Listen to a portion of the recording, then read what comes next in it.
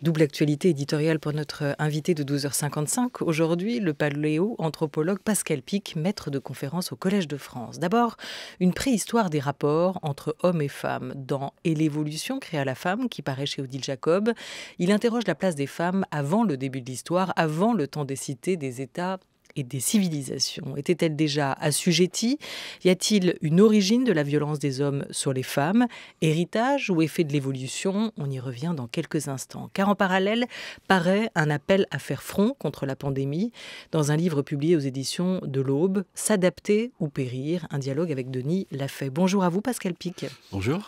Et dans ce dialogue, vous réfléchissez à ce qui se passe, ce qui se joue actuellement pour nous et pour notre humanité. Est-ce qu'on n'a pas vu avec l'arrivée de cette pandémie, de ce virus, que la coévolution, finalement, avec les autres formes du vivant, aussi microscopiques soient-elles, est quand même assez fragile?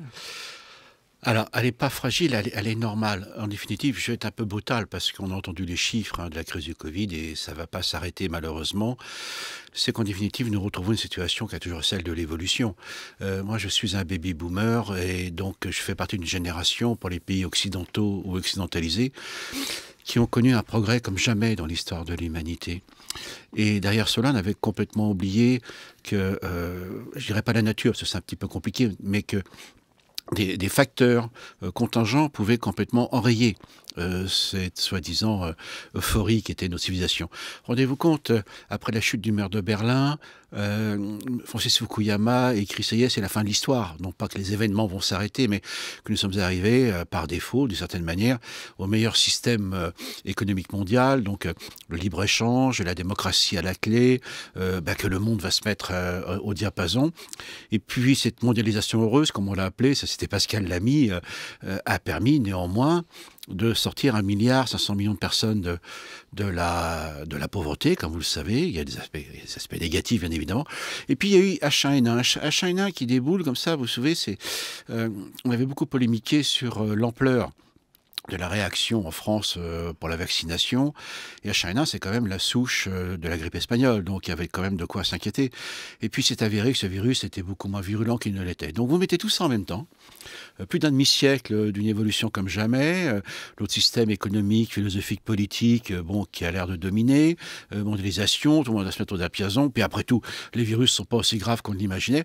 Donc, on a complètement levé notre vigilance et on croyait que nous étions complètement dégagés de ces affaires-là. Cependant, nous autres, les évolutionnistes, c'est plutôt l'inverse. Nous sommes pas du genre pessimiste, mais nous étonnions qu'une telle pandémie n'arrive pas plus tôt parce que toutes les conditions étaient réunies depuis une quinzaine d'années. Avec les flux de tourisme, on a vu l'impact du tourisme sur la planète, dans les villes qui n'en peuvent plus. Alors, on comprend bien que tout le monde a le droit d'aller voir dans le monde ces beautés du monde, mais tout ça était là. Et manifestement, on a vu la réaction au départ. C'est une grippette, c'est pas si sérieux que cela, on l'a pas pris au sérieux. Donc on avait complètement perdu cette idée que l'humanité était encore complètement dans des écosystèmes, même au niveau planétaire. Néanmoins, il y avait des avertissements, la détérioration des écosystèmes et de la biodiversité, des biodiversités. Ça, quand même, on en parle beaucoup. Les changements climatiques. Et puis, pour terminer, on a oublié une des grandes règles de l'évolution. Si on demande aux personnes pourquoi le monde change, pourquoi il y a évolution, pourquoi il faut s'adapter, la première idée, oui, il y a des catastrophes naturelles, genre météorites ou volcanisme. On a un petit peu oublié ce truc-là. Bon, c'est Jurassic Park. On sait que ça peut arriver, mais bon, voilà. Ensuite, on a quand même un peu compris qu'il y avait des écosystèmes, notamment dans les villes, ça va pas très bien avec les pollutions, etc.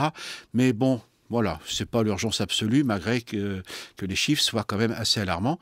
Je rappelle que depuis 4 ans, l'OMS nous le dit, les pollutions sont les premières causes de mortalité dans le monde. Et puis, l'autre raison que personne ne veut entendre, c'est le succès. Le succès. Ah oui, tiens, bon. Pourquoi le succès? Eh bien, plus vous avez de succès, notamment démographique, plus vous changez l'environnement dans lequel vous avez eu du succès, et plus donc vous devrez vous adapter aux conséquences de votre succès. Et tout ça a convergé d'un seul coup, là, depuis quelques années, et un petit virus, malheureusement avec ses effets encore non contrôlés, est venu donc ce qu'on appelle une cristallisation en physique. Cristallisation, c'est quand vous avez un petit facteur qui fait changer complètement d'état le système dans lequel on était. Le brouillard, par exemple, c'est ça. Et donc là, le Covid-19, en soi, c'est une cristallisation qui, d'un seul coup, a fait que nos économies, nos sociétés, à l'échelle mondiale, ont connu quelque chose auquel on n'était pas préparé. Et faire front, ça veut dire quoi? Il va falloir que nous comprenions qu'en étant une espèce qui a un tel impact sur la nature et sur nous-mêmes, évidemment, il va falloir que nous soyons beaucoup plus dans la capacité de nous adapter à ce qui est pas complètement de l'imprévu, Voilà, mais en tout cas de la contingence. S'adapter, c'est le mot que vous mettez en avant. Cristallisation, révélateur aussi pour ce virus ou cette pandémie. Dans quel sens ce virus interroge-t-il pour vous notre modèle global ou plutôt la réponse qu'on devrait y apporter? Il faut s'adapter à quoi aujourd'hui, Pascal Pic? Aux conséquences de notre succès, comme je vous le disais. Mais ce qui est intéressant, c'est que en 2019, il y a eu des avancées très intéressantes dont on a assez peu parlé en France. Notamment, il y avait le forum de Davos, le World Economic Forum, qui fait de très belles études sur l'économie. On peut ne pas apprécier ou pas le forum de Davos, mais en tout cas, il y a des études sur l'économie qui sont très intéressantes. Et ce qui était ressorti, c'était l'idée d'écosystème. Et au mois d'août de l'année dernière, une grande organisation patronale américaine, le Business Roundtable de New York, avait sorti cette charte en disant « Attendez, notre business continue à aller bien, mais là, l'économie seule ne va pas suffire. Et si nous continuons à provoquer des inégalités sociales, on en parle beaucoup, les travaux de M. Piketty, mais il y en a d'autres bien sûr, et également la détérioration de l'environnement, il y avait une prise de conscience qui commençait à émerger en disant on peut avoir du succès, mais si on est dans un écosystème qui est en train de se dégrader, on va tous avoir des difficultés. Donc tout ça a émergé. Il y a eu le Green Deal, le pacte vert pour la Commission européenne. Il y a le grand engagement autour des technologies, comme vous le savez, des nouvelles technologies. Donc il y avait déjà des éléments, les constats sont faits, et il y avait l'amorce de nouvelles orientations. La Covid est arrivée là-dessus, et le vrai enjeu, ça va être quoi? Est-ce que nous allons comprendre et vraiment déployer tous ces aspects liés à ce qu'on appelle la responsabilité sociale, environnementale des entreprises et aussi des institutions, de tous les acteurs? Ou est-ce que, comme on l'a entendu aussi, ah ben non, attendez, on est en période de difficulté, on va limiter, quand même atténuer un peu les règles sur l'environnement, comme vous le savez, le MEDEF et l'APEC qui avaient soutenu une telle idée, ce qui n'était vraiment pas la chose à faire. Donc on est à la croisée des chemins, si je dois prendre cette expression.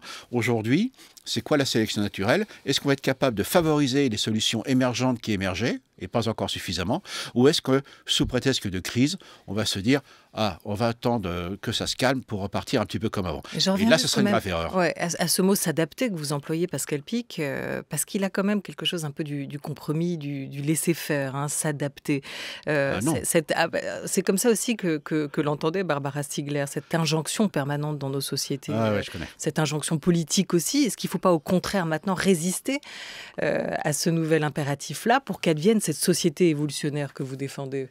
Non, mais évolutionnaire, ça veut dire s'adapter. Le monde a changé. Si on ne s'adapte pas, on revient comme avant et ça va repartir.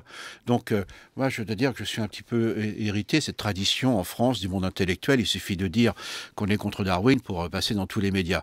C'est un peu léger. Les théories de l'évolution, ça montre qu'il y a de l'environnement, il y a des diversités, il y a des espèces, il y a des écosystèmes.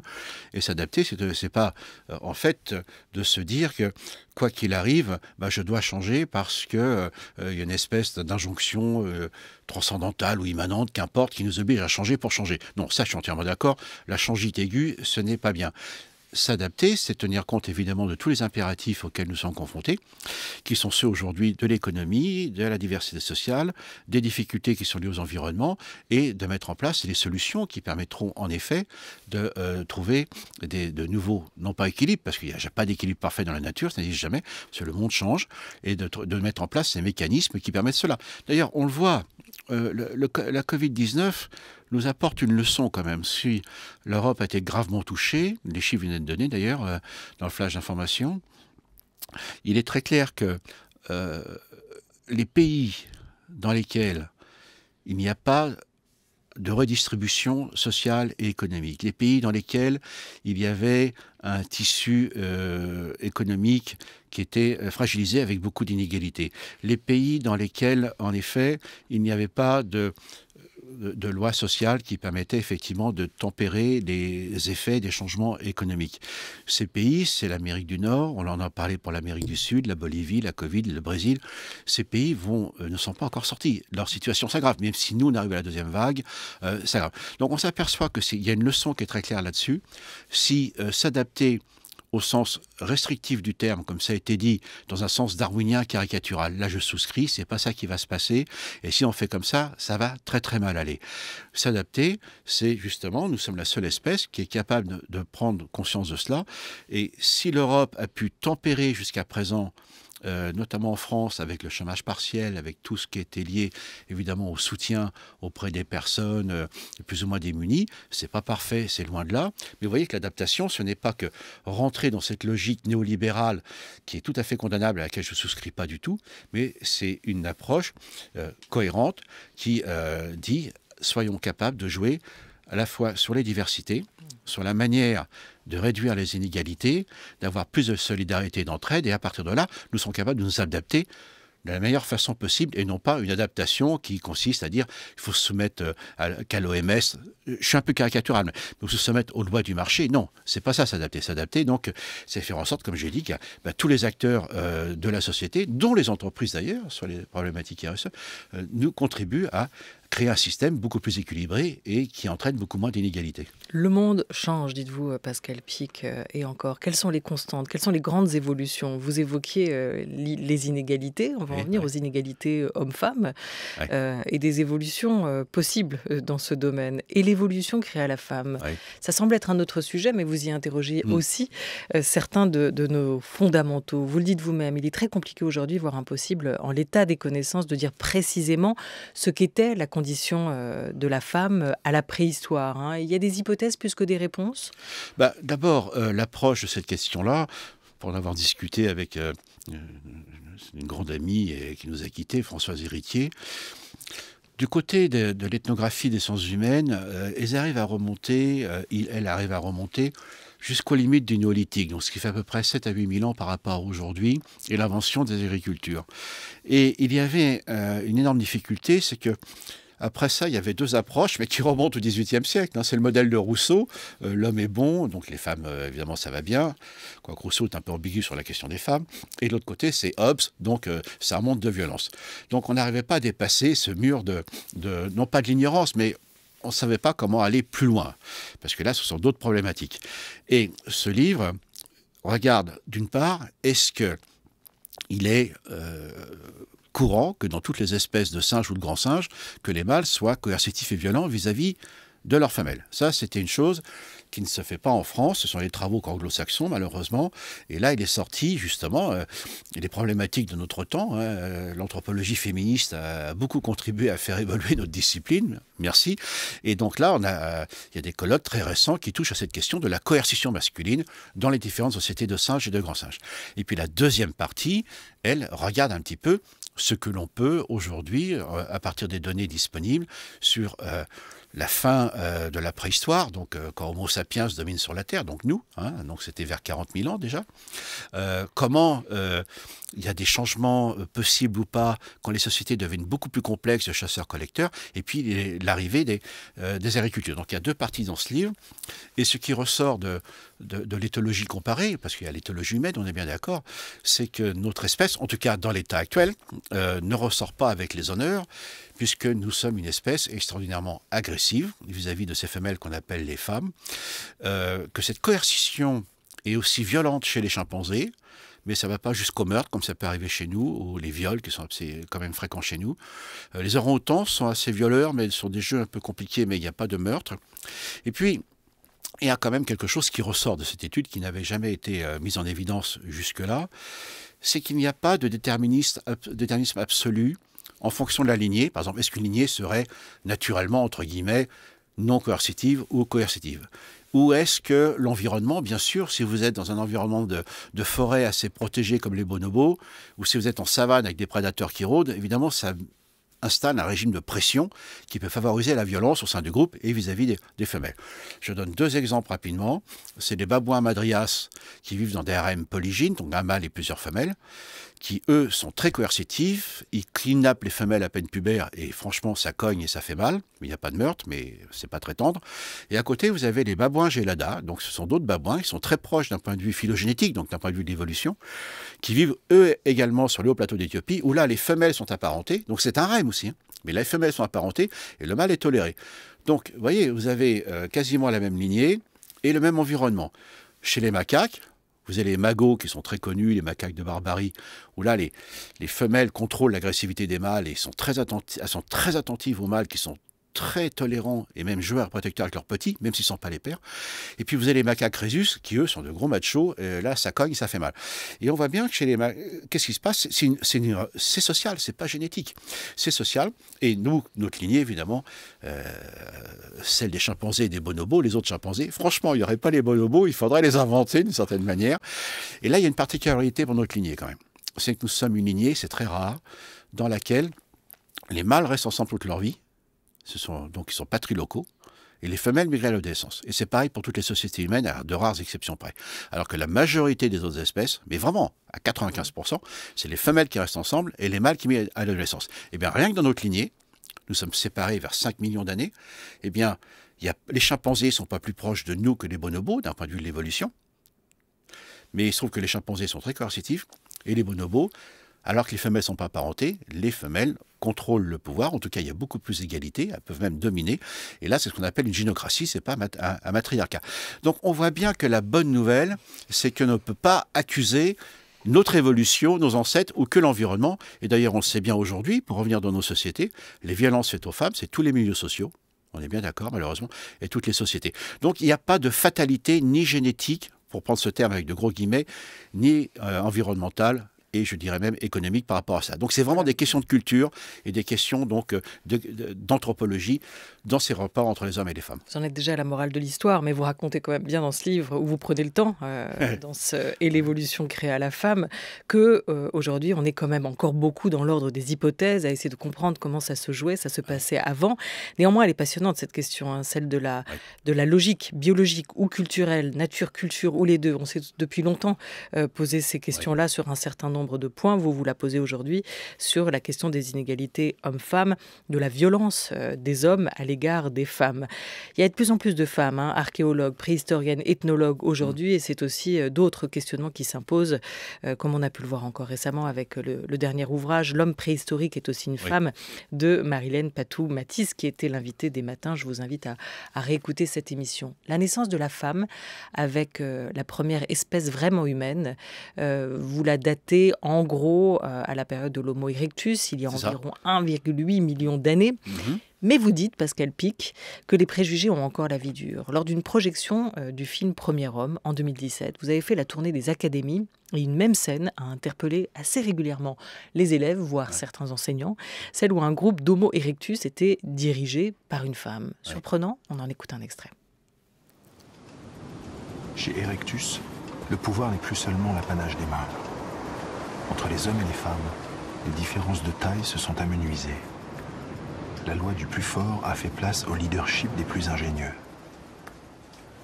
Dans ce clan, c'est une femme qui commande. Sa capacité à anticiper, son intelligence, son habileté politique ont fait d'elle le chef.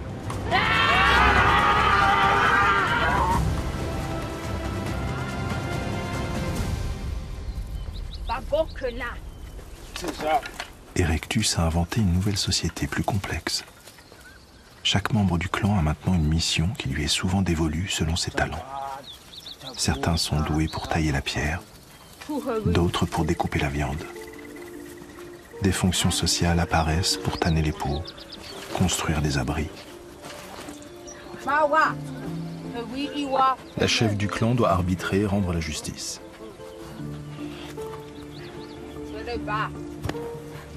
Le moment le plus important de la journée est celui du partage de la nourriture. Servir certains en premier, avec les meilleurs morceaux. Donner un peu plus à celui dont elle aura besoin prochainement. Savoir établir une hiérarchie et nourrir des alliances. subtilité de la vie sociale. Ici se joue l'habileté politique.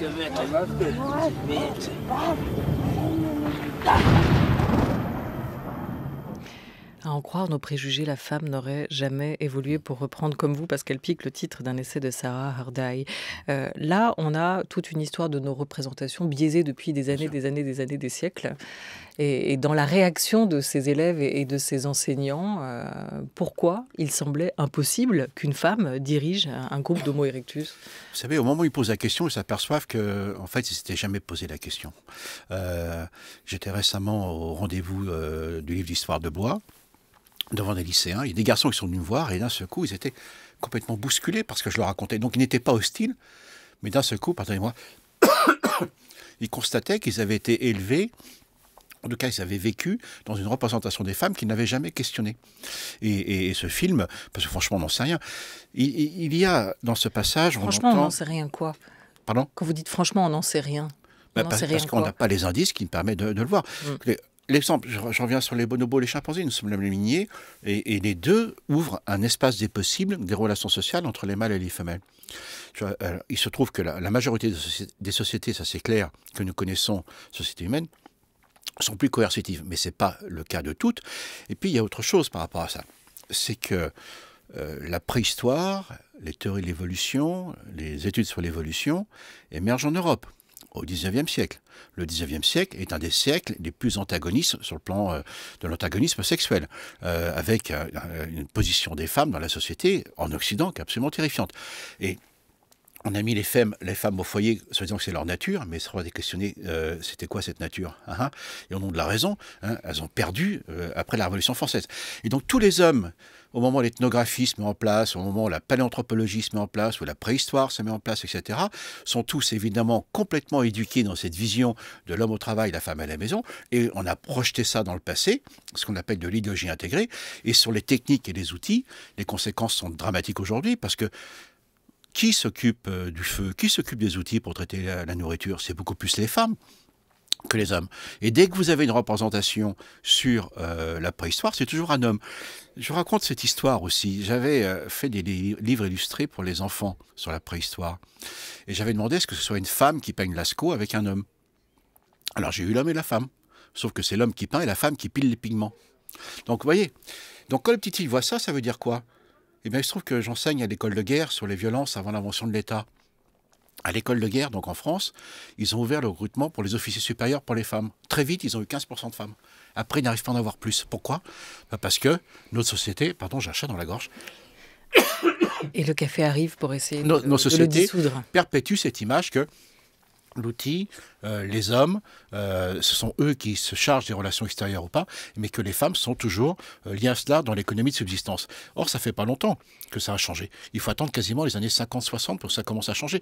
Les 30 Glorieuses, c'est ma génération ça, mais je n'en avais pas conscience à l'époque, c'était l'image de la femme épanouie dans le foyer grâce aux arts ménagers et les hommes qui étaient au travail avec la voiture et plus tard la télécommande de la télévision.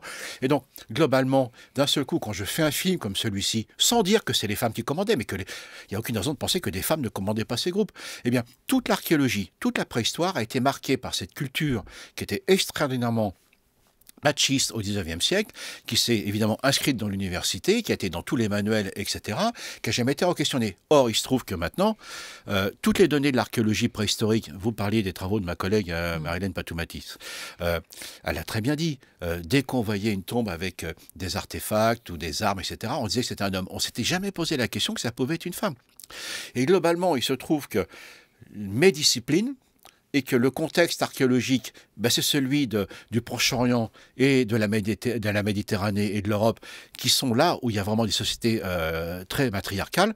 Et donc le schéma s'est renforcé lui-même. Mais maintenant, si on va voir en Asie, si on va voir dans les Amériques, si on va voir en Afrique, actuellement, il y a beaucoup plus de sociétés, alors je mets des guillemets, matriarcales, c'est-à-dire avec des relations de pouvoir entre les hommes et les femmes qui sont radicalement différentes, avec matrilocalité, donc les femmes qui restent chez elles, là où sont nés, les hommes qui changent, matrilinéarité, donc des transmissions de statut hautes, par rapport à cela. Par exemple, le Code Napoléon a été vraiment ce qui a été le plus loin dans la désappropriation des femmes sur leur nom, sur leur statut, sur leur héritage, etc.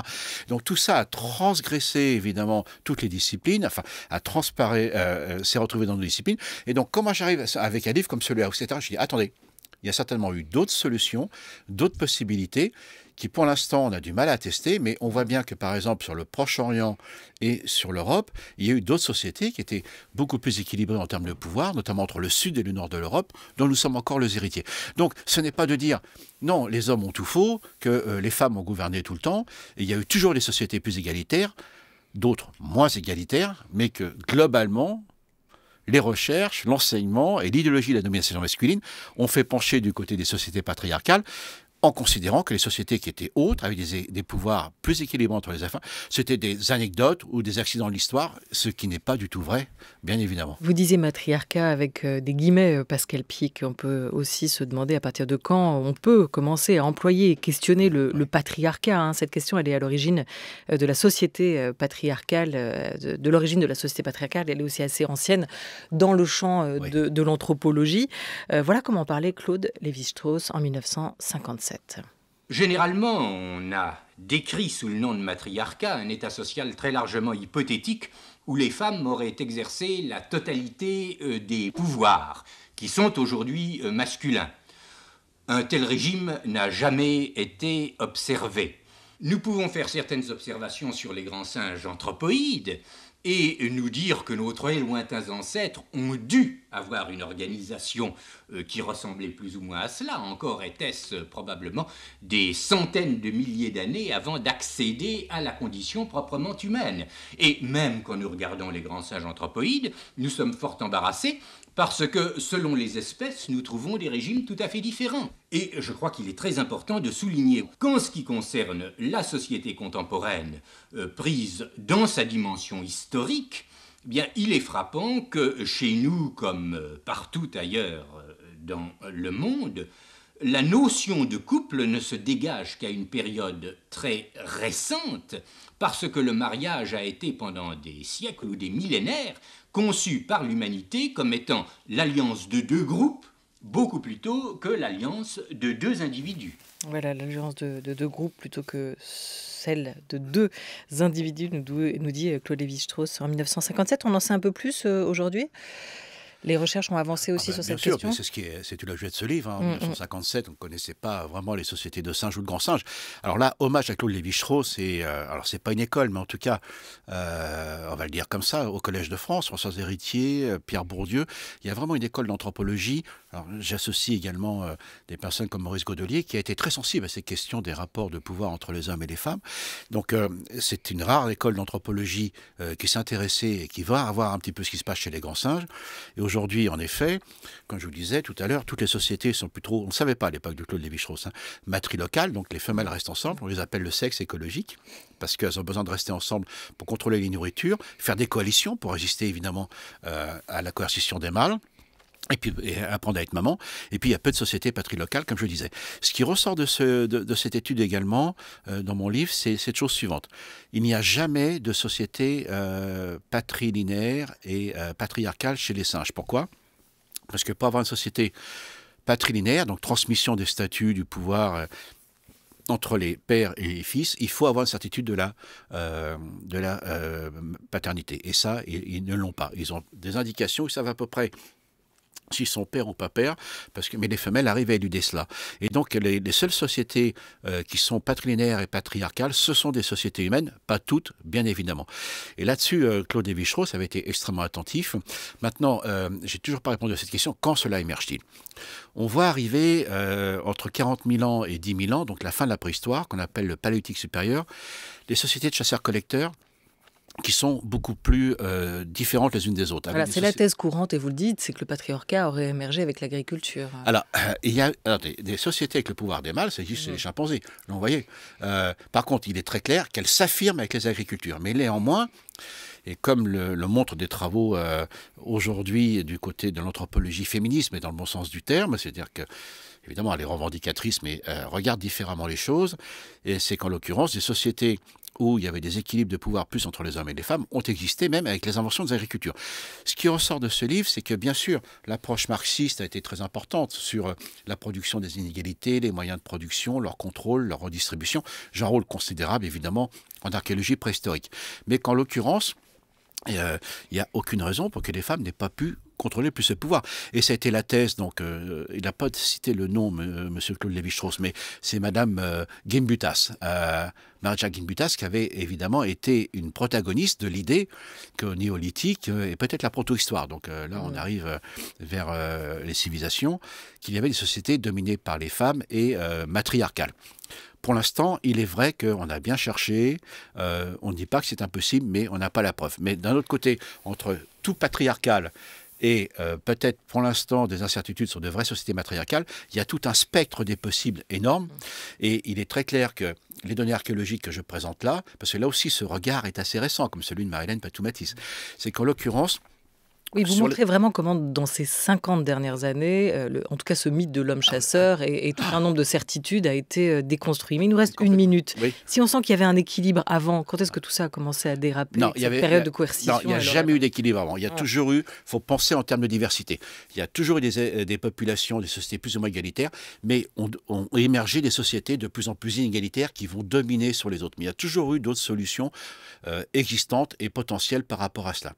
Et très clairement, l'homme le chasseur, effectivement, c'était le modèle des 30 Glorieuses qu'on avait projeté dans le passé par rapport à ça. Donc aujourd'hui, avec tous les bouleversements que nous connaissons sur la famille, sur la paternité, les formes de reproduction, etc. Nous sommes dans une période certainement nouvelle dans laquelle, évidemment, tous ces enjeux vont certainement changer par rapport à cela. C'est-à-dire que tout ce qui a permis d'asseoir le pouvoir donc masculin, notamment sous forme de patriarcat, est en train aujourd'hui d'être bousculé d'un point de vue anthropologique et nous sommes certainement à l'aube de nouvelles sociétés. Et ce n'est pas pour rien, semble-t-il, qu'aujourd'hui nous ayons autant d'essais, de publications qui ne sont pas notre regard, mais des regards certainement beaucoup plus complets, beaucoup plus anthropologiques, beaucoup plus scientifiques sur ces questions-là. Voilà, la femme et l'avenir de l'homme, chantait Jean Ferrat à la suite d'Aragon. Mais qu'en est-il de son passé ou même de sa préhistoire et l'évolution créée à la femme? C'est un état des lieux, des connaissances aussi, des données actuelles. Ce sont des intuitions, les vôtres, des hypothèses. Et c'est passionnant. Donc le sujet est loin d'être clos et les recherches vont continuer. Merci beaucoup à vous, Pascal Pic, et l'évolution créée à la femme. Cet ouvrage vient de paraître chez Odile Jacob et je rappelle le titre de la conversation avec Denis Lafay que vous avez menée, S'adapter ou périr, c'est aux éditions de l'Aube.